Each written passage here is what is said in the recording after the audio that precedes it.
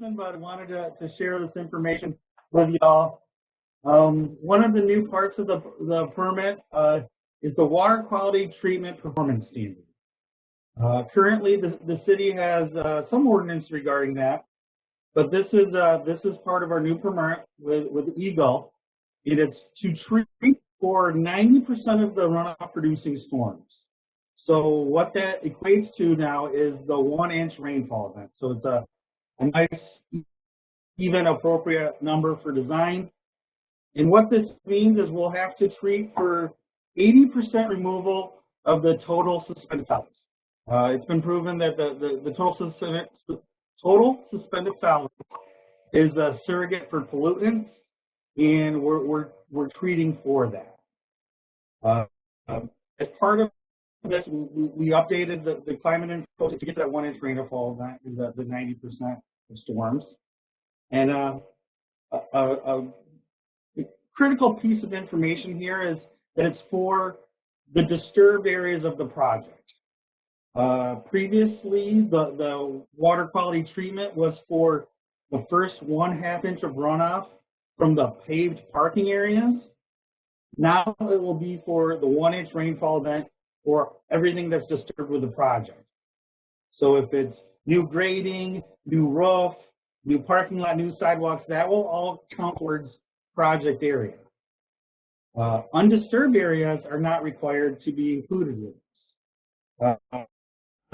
As you'll see as we go over these standards and different information, there's really an emphasis on low impact design, low impact development, and really trying to plan and stage projects appropriately.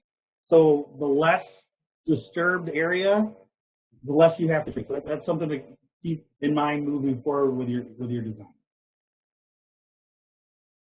So water quality treatment options. Very similar to what we have now. It's just more formalized in their design and implementation. You're allowed to have a permanent pool type design where the volume is 2.5 times the water quality volume. And that's really the dead storage, what's permanently wet.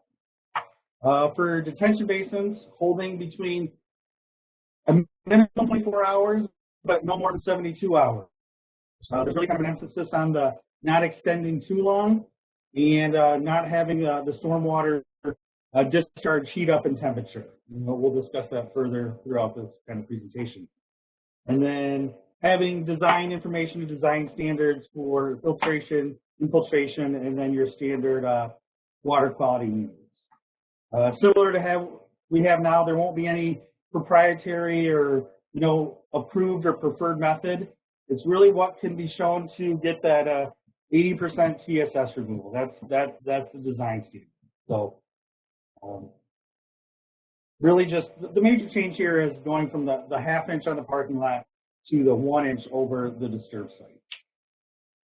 That's water quality treatment. Channel protection. Honestly, I think this is the biggest difference from our current code to what this new code from Eagle will be. It's what we spent the most time honestly going back and forth with Eagle on and working as partners throughout the whole Lower Grand watershed. Basically, the post-development runoff rate volume shall not exceed the pre-development runoff rate for up to and including the 2-year 24-hour storm, which is 2.56 inches. So what that means, you have to retain on site for this volume increase for every project.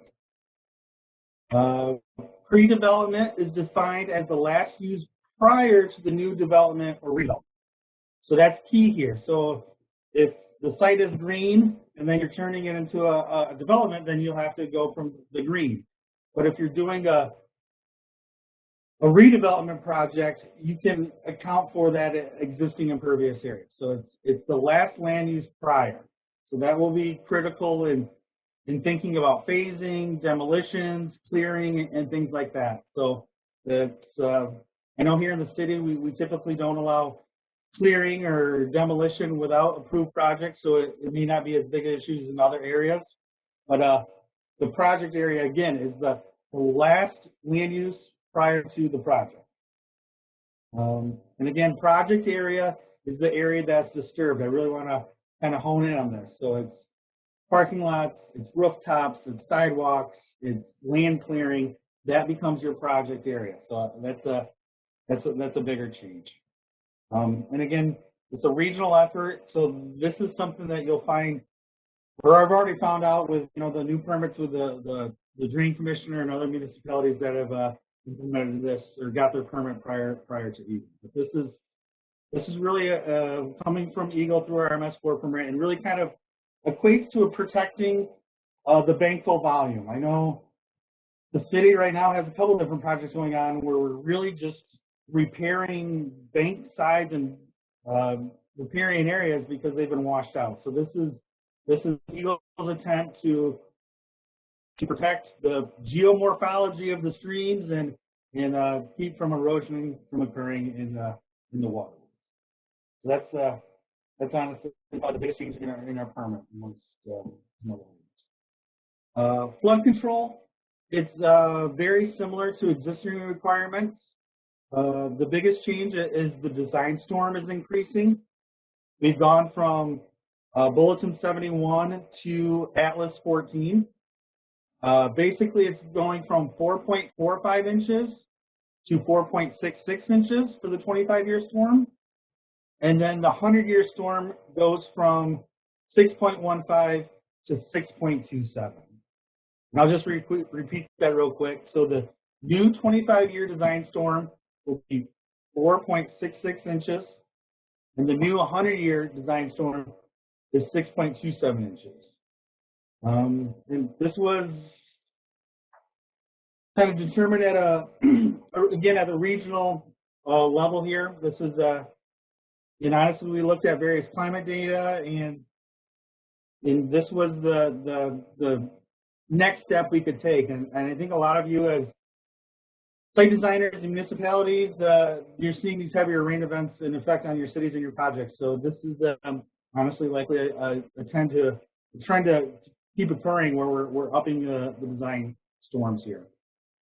We still have the sensitive areas highlighted within the city where it's the 100-year design storm. So anything in the Colebrook Creek, basically the northeast side of the city near, mainly Michigan and Monroe, and that's a 100-year design storm. And then also Placer Creek is a 100-year design storm with also a lower release rate for the 2-year storm, just to account for, again, for that bank protection and that erosion protection.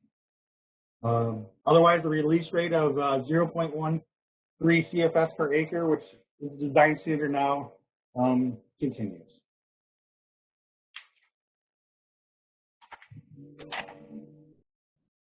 Another change, we're seeing a lot of green infrastructure and leaching basins and things like that implemented both on the private and public side.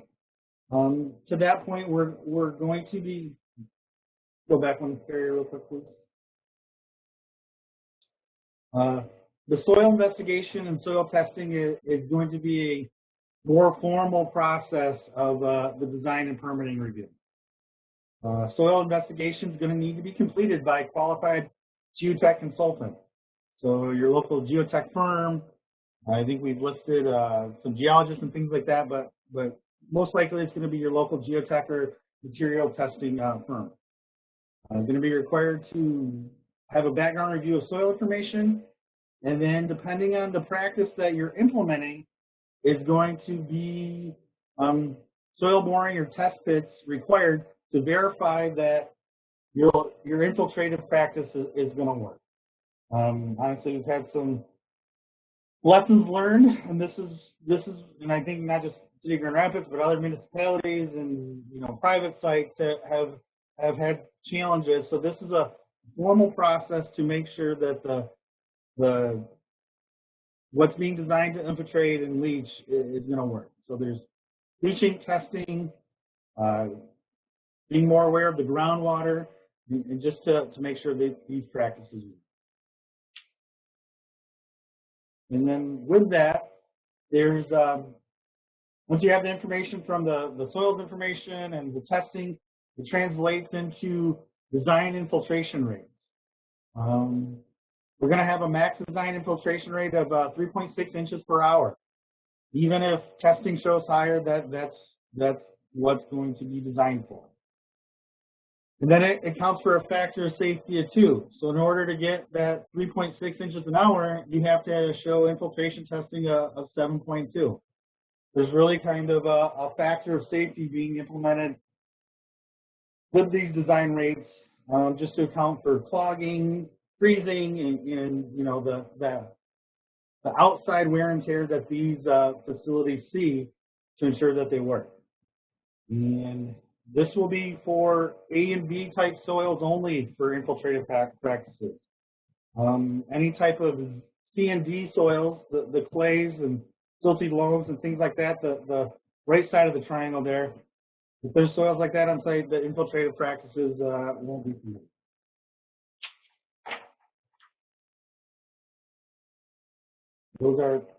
That's another, I think, significant portion of this permit as well, just trying to make sure our green infrastructure continues to work.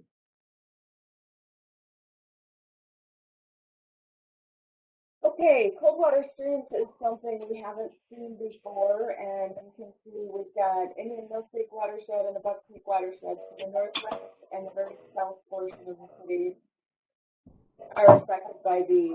And you know, once you know your site in the city, if you want to look up more specifically by street, there is Excuse me, Carrie. Yes. The sound is coming through a little bit hard. Could you get a little closer to your microphone? Yep. Sorry, I'm looking at the wrong screen, which might be away.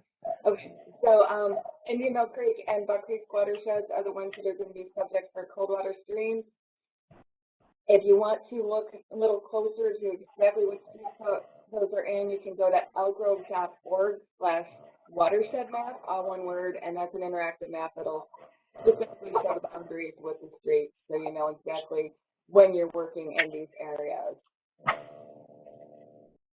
But basically, we need to make sure we've got buffers in place. Those are places where we won't be likely to use our buffer ordinance.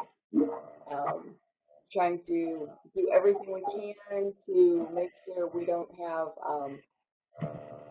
high temperature, anything we can do for deforestation, any BMPs that use infiltration, and whatever we can do to keep that hot pavement runoff water from going directly to our storm system. So, like I said, this is a new one that we're implementing that, again, is one of the state requirements that you'll be seeing. Tree protection. This is a big one, and we have a lot of words in there because it's kind of complicated, and we will be supplying this afterwards so you can see our presentation. But basically, we have trees that are of quality. If they are per our zoning codes, if they are 3 inches or greater, they're considered part of your stormwater runoff. So if you're removing those trees, you have to account for those. On the plus side, you also get credit for the trees that you install. So all of the trees that are considered part of your stormwater program, and something to keep in mind as you're doing it, this was intended to coincide with the zoning change ordinances we had maybe 3 to 4 years ago, but of course our permit took a while to come through. So these dovetail right with everything we do with our zoning code. Installation will be with the required soil volumes we have in our zoning code, and we have specifics in there for using iTree to figure out what the uptake of the current is and what you get offset by trees you install. Again, we also have specifics. The zoning code has what we call quality trees, and then there are other trees that we typically don't allow in places like the right-of-way, and we don't typically give them credit as trees, but when you are working within the 75-foot water protection zone, those trees are allowed because they take up much more water. Willow trees are one of the big ones that, because of the debris, we don't like them in our right-of-ways, but we do like them where they can take up water. So these are some of the big changes you'll see. And you'll note in our new maintenance agreement, which will be coming, we'll have templates coming soon, and that we'll discuss next. The trees are included in the stormwater system. So those trees are protected even after installation. And again, here's the maintenance agreement. We will have a template, but they will go through, every part of your storm system. There'll be, this is one place where we differ with the rest of the lower Grand Watershed municipalities, as we will require every 2 years for a professional to be looking at these. For your green infrastructure, your trees, you can use a landscape architect or somebody who has National Green Infrastructure Certification Program certification. For your gray infrastructure, will require a professional engineer to be signing off on those. And the city will be required to do a percentage where we actually go out and do inspections every year on some of these to verify what we're seeing in the record searches. And the maintenance agreements will be recorded and will be on the deed to us in perpetuity. Now there's a lot of new rules, a lot of things to do. So we've spent a long time trying to make sure cities for what's specific to our requirements, and also for what Elgro communities. So we're all doing this together and giving you as much as we can. So Dan's going to tell you about some of the specifics we have. We have a stormwater standards manual that is very similar throughout the watershed. We have some of our city-specific tweaks in there. Elgro design spreadsheet, which is basically the calculations we'll require for when you turn in your permit. You'll have a spreadsheet to turn in that tracks water quality, flood control, and your infiltration requirements for bank erosion. We also have a few alternative approaches. We have the alternative approach and other ways for helping to meet that infiltration requirement that we'll be discussing in a bit.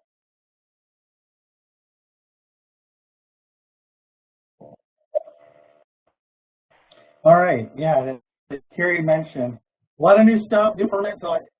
Luckily, the Eagle took us, like 6 years to get us their permit, because we've been working on a lot of different documents and different programs. And I think a lot of people on this call have either seen our Stormwater Oversight Committee stuff or worked on the new standards. So this is really just kind of highlighting and codifying all the new stuff and what we're working on. The big one is we have a new Stormwater Standards Manual. This basically translate all the new code requirements and programs into usable code. It's more, I feel, more robust than our current SD code, where it's a lot more design features. Like, example, I just pulled a table out, and it shows, some of the efficiency removal rates, and if it provides pre-treatment or spill containment. So there's a lot more information like that within our manual to help the designers and engineers and code reviewers in terms of what are the pieces and parts we can use to this low impact approach to meet our new stormwater management requirements. So it's, more robust, updated information to really reflect the kind of new age of stormwater management and design standards. I'm going to jump in real quick here. One of the big things we did is if you're familiar with our code, which I hope you are, if you've been signing the city, you have to go through the code to get, this is the requirement for where, and the requirements and then some of the tables and stuff such for reference. So all of the requirements will still be in our code, but when it comes to how do you get there and suggested ways to get there, that's going to be all in this manual. All your calculations are in this manual. All of your watersheds, like where we talk about what has flood or erosion, different watersheds for protection, and our cold water streams, all of that is included in our stormwater standards manual. And that is because it won't actually be code. That's something that our Stormwater Oversight Commission will have control over. That's something that we can actually make flexible. And when technology's changed, we can update that and give you more recent information to help you with our processes.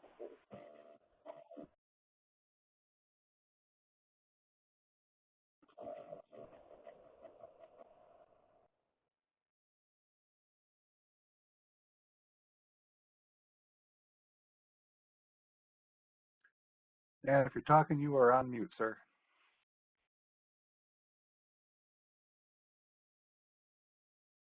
There we go. I jumped in on Dan, and it seems like I may have bumped him out right at right at one of the spots. Hello? He's back. He's back.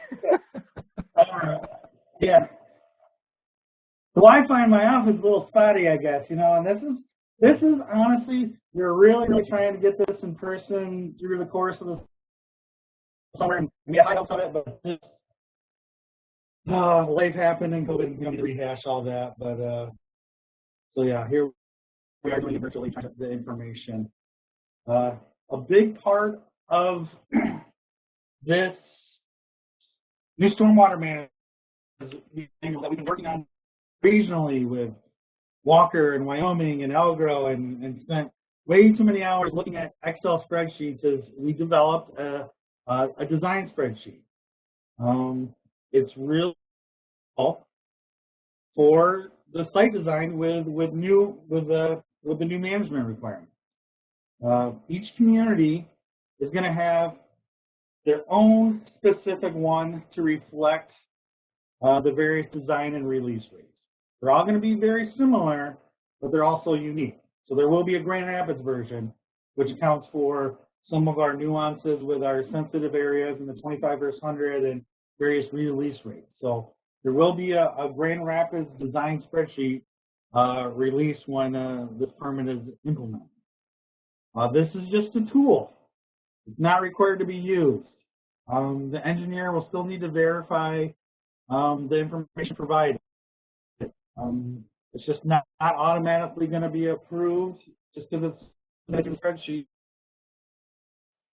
It'll help speed up reviews for sure. It's going to be similar to other projects, and designers will learn it and be quicker at it. I will learn it better, be quicker on the reviews, but it is still just a tool.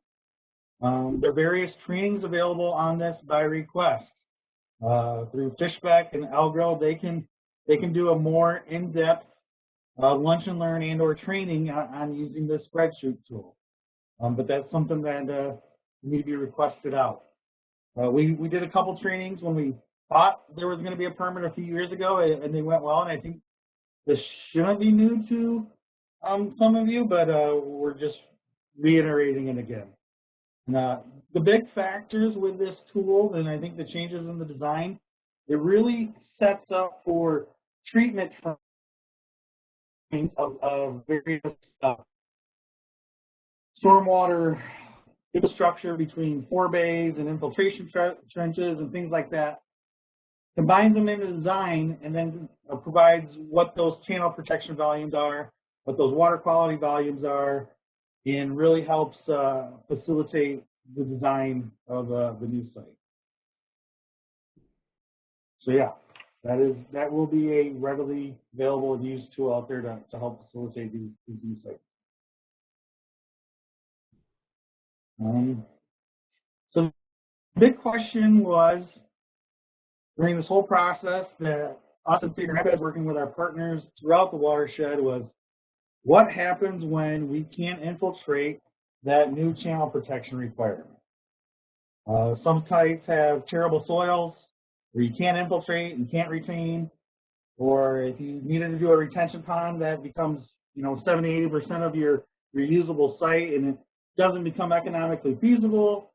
And we had concerns about private development going to other areas that didn't have these types of requirements, and doing urban sprawl and just philosophies that aren't good for good city building. So we, as the Lower Grand Organization of Watersheds, came up as a watershed with this alternative approach. Like, what do we do when we can't retain on site? So basically, some of the main site constraints that allows for this alternative approach is if you have poor soils, the group C or D soils where you don't have infiltration. You have bedrock on your site.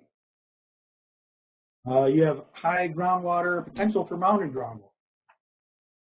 Well protection areas where you don't want to introduce infiltrated water into drinking water areas. Stormwater hotspots, which basically are industrial or commercial facilities that you wouldn't want to be infiltrating in.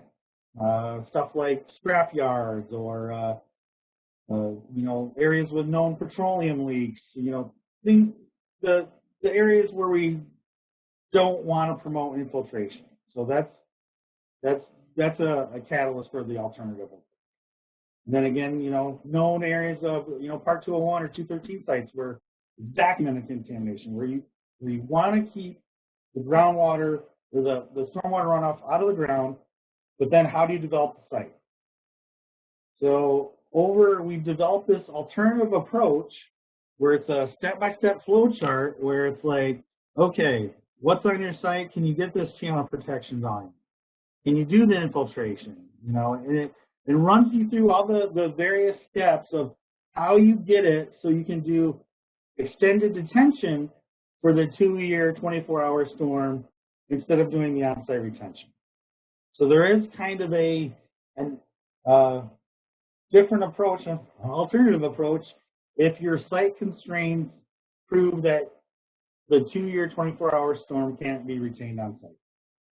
The thing is it has to be documented. You have to show the poor soils. You have to show the contamination, or you have to show your SIC code where you're an industrial user that precludes you. It can't just be, well, the developer or owner doesn't want to do this, we'll do the alternative approach. It has to be documented to show that you can achieve testing.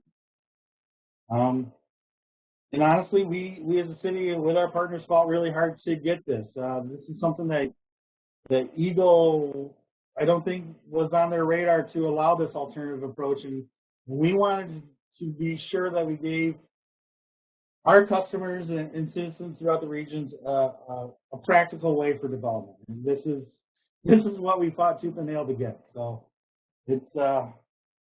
we had concerns too. So this is the alternative approach, and you'll be seeing it at other MS4 permitting communities throughout our region. And this actually goes beyond our region. This one was one that the state used as an example for other areas to help them through, because eventually they learned that, not every site is perfect and we need to do something. I wanted to point out when we talk about the stormwater hotspot and the areas of contamination, these are areas that are also addressed in detail for how other ways to handle them in our standards manual. So our standards manual is an incredible resource, and those are detailed in there when you have specific instances where we don't want you putting extra water into the ground and moving contamination. Right. Yeah, those hotspots are detailed, and a couple of the things that I noted from those details is like not allowing perforated pipe on these hotspots, because then you can't trace or track down a spill.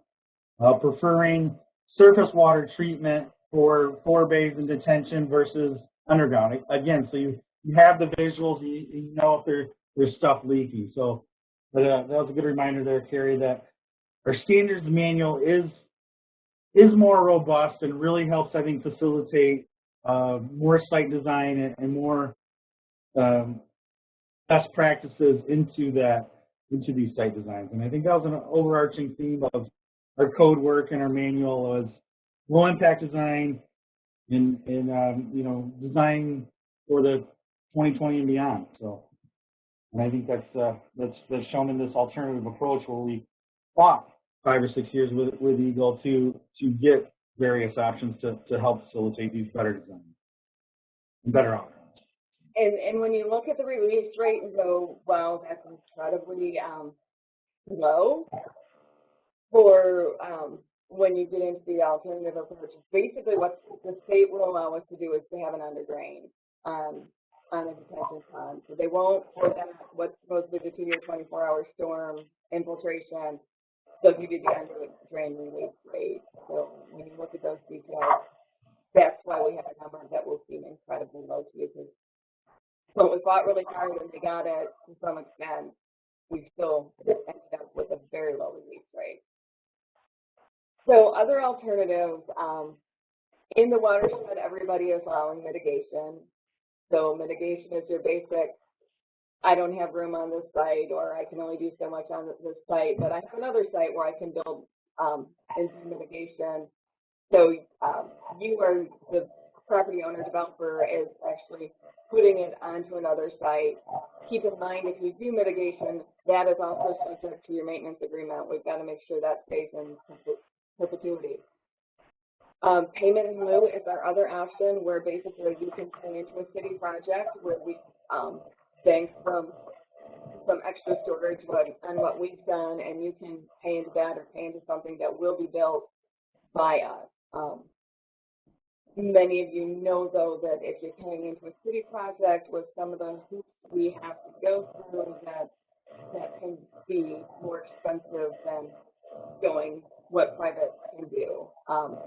Payment in lieu and the credit trading that Dan's going to talk about, those are new and specific to the city. I am not aware of others that are doing payment in lieu or credit trading in the watershed. So when you're looking at options, just make sure you're looking at who will do what, because that's one of the big differences with the rest of them. And then credit trading is definitely only to the Grand Rapids market. Yeah, that is great into November Lunch and Learn series, where we'll be discussing credit trading further in depth with our partners in American Rivers, who we've been developing a credit trading that will be a private market item where sites can either generate credits or buy credits to account for their stormwater management. Other municipalities throughout the nation have utilized this credit trading. Specifically, Washington, D.C. has been a good example. City of Cleveland's working on this. The unique part of Grand Rapids is, though, we don't have a stormwater utility, so there's not that driver. It's really, truly going to be a free market type system where it'll reflect the cost of putting this infrastructure in, and the developers have the option to buy or sell. So if your site has a lot of green space and good soils, and you can generate some credits for either to sell on the market or use on future projects, that'll be an option. Some of the constraints we want to highlight, though, is these private credit trading areas are going to be broken into three areas. Trading area north, a area south, and a trading area west. Really mainly breaks down into the Colebrook drain, the Placer Creek, and then the west side of the river are really kind of the main features doing that. It broke down this way. We want to make sure that the stormwater credit is in the same market area, and that, the west side of the river doesn't have all the infrastructure getting put in, while the east side of the river, people are using credits, and, there's actual stormwater issues. So we want to keep things geographically constrained, so to speak, so that the stormwater management actually occurs.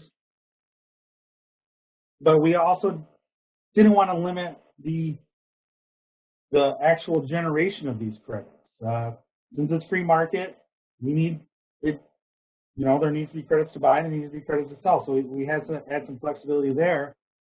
And then we also had to think about social justice and equity. We didn't want some areas getting, just developed for, their green space and used as stormwater credit banking areas, while there's actual no, homes or business development. And then we wanted to make sure this was equitable on the 3 regions. So those are some highlights of the credit trading program. We'll be bringing in our consultants and experts, American Rivers and their colleagues that have done more work with this in Washington, D.C. and other areas and set up programs to really kind of get into the economics and nuances of the credit trading. But again, this will be a free market option, run through and concurrent with like LUD's permitting. It will be housed in the city of Grand Rapids and be signed specific numbers and tracked through the cities, but it will be again a free market option to developers and businesses to try to find unique and creative ways to deal with these new stormwater regulations. That was our thought and task here with the city that we again started working on a bit ago. So that's a lot of the high level options and new items that will be within our stormwater permit. Again, the schedule is to have this implemented July 1. So I know the big question is how will this affect my project and when do I have to start designing for this? Right off the bat, projects under our current standards, we're familiar with, will need to have applied for their LUDs by June 30th. So don't have to have a permit, don't have to have approval, it needs to be applied for by June 30th. I know there's other different kind of design tools and facets with the city, whether it's design team or planning commission or things like that.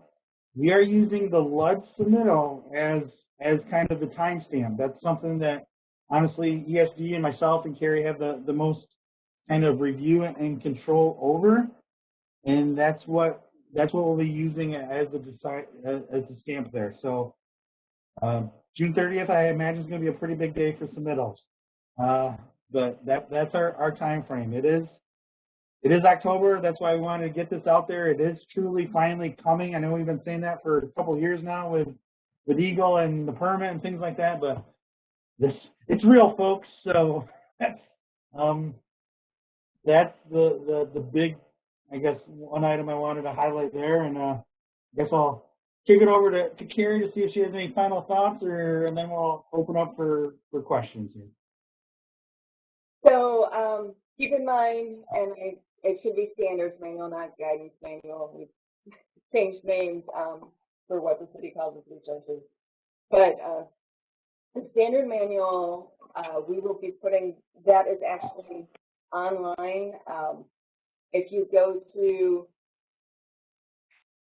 grandrapidsmi.us/ESD for Environmental Services Department, you can choose Stormwater / more Stormwater, then go to Stormwater Permitting, and our entire permit with all the appendices is listed there. And those in the appendices, I want to say it's Appendix 3, but I could be wrong, is the Stormwater Standards Manual.